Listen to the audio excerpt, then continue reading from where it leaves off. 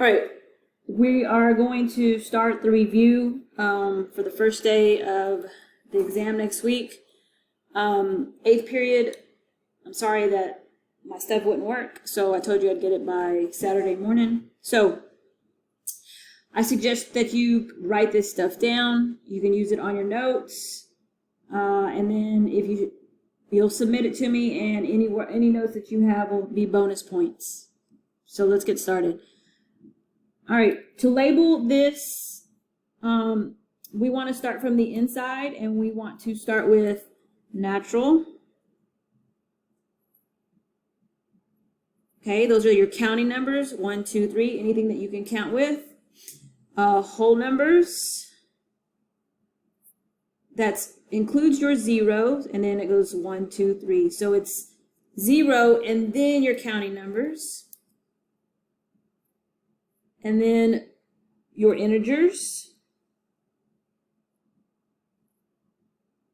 which is -2 or 3, anything, your positive and negative numbers, okay? So it can be a natural number, a whole number, an integer, and then last is rational. Okay? Rational has a root word of ratio, which is a fraction. So it can be a fraction,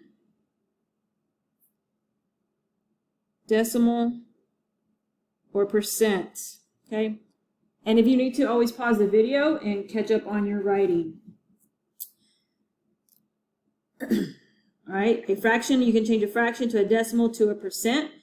So if I pick the number 10, it's going to start out natural, but it can be a whole number, it can be an integer, and we can change it to a fraction, decimal, percent. But if I have a fraction, let's just say 1/2, it cannot be an integer, whole number, natural. So whatever it is inside, it will be everything going out, but it can't go back in. Okay, so if it starts here, it's also a rational too. But if it starts here, you can't go back in. Okay, all right, so all whole numbers are rational numbers. So here's a whole number. Are they rational numbers? Yes, because if it's a whole number, it's an integer, it's a rational. So this one's true. All integers are rational numbers. All integers are rational numbers. Yes, if it works its way out. All rational numbers are integers. All rational numbers are integers. No, okay, it can't go back into the circle. So that's a false. All integers are whole numbers. All integers are whole numbers. No, because a whole number cannot be negative, so that one's going to be false. It has to go out of the circle. All natural numbers are whole numbers. All natural numbers are whole numbers. So here's natural, but as long as it's going out and it hits whole, it is true. Okay? So, the way I like to remember the order of these names is never wear ice rings. Natural, whole, integer, rational. Okay? All right, so here we're going to classify numbers. I have 5 7s. Anytime you have a fraction, you want to go ahead and put it in as a whole number, and here's what I mean. If my fraction is 8 divided by 2, 8 divided by 2, it ends up being 4. And usually we think fractions as rational numbers, but if we divide it and it becomes 4, that is now a natural number. Okay, so it says 5 divided by 7, so 0.71. So that is a decimal, and it is going to be a rational number. Also, this one should be whole. Okay, this one should be whole. It is a rational number. Okay, -5. Okay, it is an integer, but it also can be a rational number. Okay, 0, there's that O, 0. It can be a whole number. it can be an integer, and it can be a rational number. I'm putting a big check in what it starts out in, but it can a small little check in the following ones.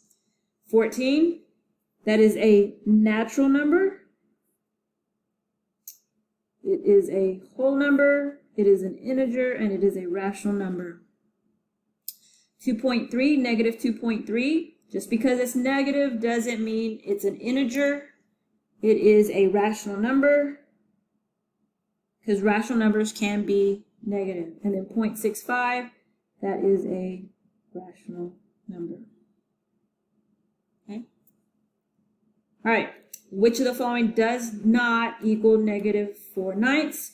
We're looking for the one that does not equal. Okay, this says it's positive 4/9, negative 4 and a negative 9, negative 4/9, and negative 4/9. All these have negatives, but this one doesn't. Which one does not? So I have 3 trues and a false. It is this one. Okay. Which of the following does not equal negative 0.25? Okay. All right. Notice that my decimal is a not a fraction, so I want to divide all these. Negative 1 divided by 4 is 0.25. 1 divided by negative 4 is 0.25 negative. 1 divided by 4 is 0.25, and negative 1/4 is negative 2/5. So which one does not equal negative 0.25? It is C, because it is the only positive. Okay? So remember, we are reviewing for the semester exam. You're going to have questions like this. Okay? Jocelyn has 1/4 of a dollar and finds 0.34 cents. How much money does she have? Right here, of means multiply. So 1/4 times a dollar.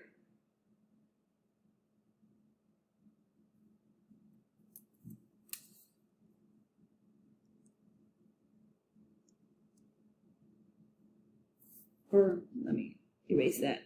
Okay. Okay, that is a 100, not a dollar. Okay. So 1 times 100 is 100. 4 times 1 is 4. 100 divided by 4 is 0.25, but we're talking about cents. So it's going to be 0.25 and then plus 34 cents. 5 plus 4 is 9. 2 plus 3 is 5. So 59 cents. That's one way to do it. And then, but if you know your money, there are 4 quarters in a dollar. 1 of 4 quarters is 25 cents. Okay. All right, Natalie has 2/5 of a dollar and finds 0.68 cents. How much money does she have? Okay, 2/5 of a dollar.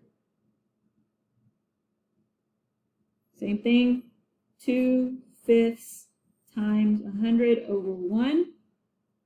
Because we're going to multiply using the of. 2 times 100 is 200, divided by 5.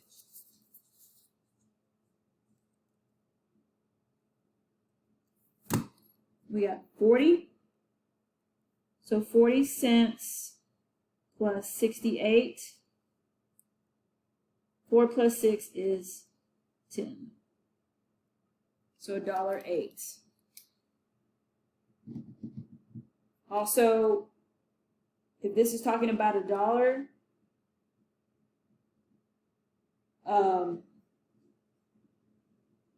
20 cents times 5 equals $1.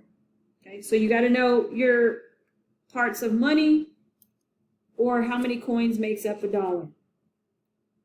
Okay, remember, you can always stop this and pause it if you need to write something down.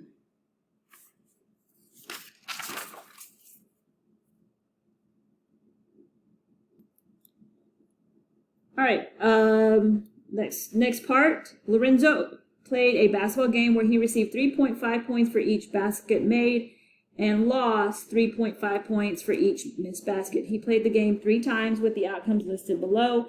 How many points did he end up with for each game? So we have basket made. He made 4. Well, he's going to get 3.5 points for each basket. And loss is going to be 3.5 points. So remember, there's that keyword lost. So that's going to be a negative 3.5. Okay. So I want to go ahead and multiply because it's 4 times that. 3.5 times 4.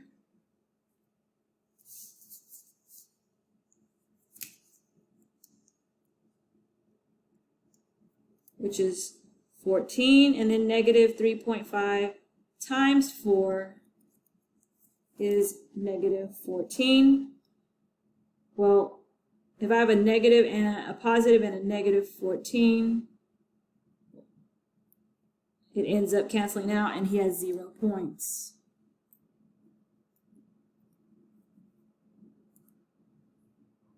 All right. So we finished up with positive 14 and negative 14, and they cancel each other out with 0 points. Or all right, baskets made times 3.5, missed times negative 3.5. 6 times 3.5 is 21. Baskets missed is negative 3.5 times 3. Ends up being 10.5 negative. So we have 21 and a minus 10.5. So 21 minus 10.5 is 10.5. So how many points did he end up with each game? On this game, he had 10.5 points. All right, baskets made times 3.5, baskets missed, negative 3.5. So 3.5 times 5 is 17.5. And negative 3.5 times 8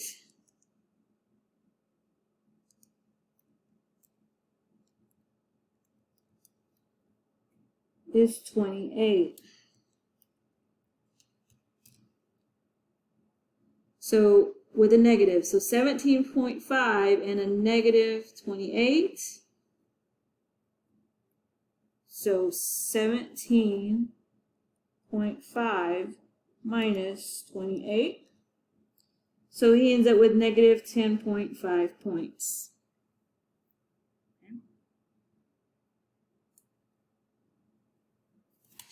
All right, equations. Kathy solves the inequality as shown below. Okay, so it solves it, and it says which statement about Kathy's solution is correct. All right, so remember, when we're doing inequalities or equations, we always want to get x and the number in front of it by itself.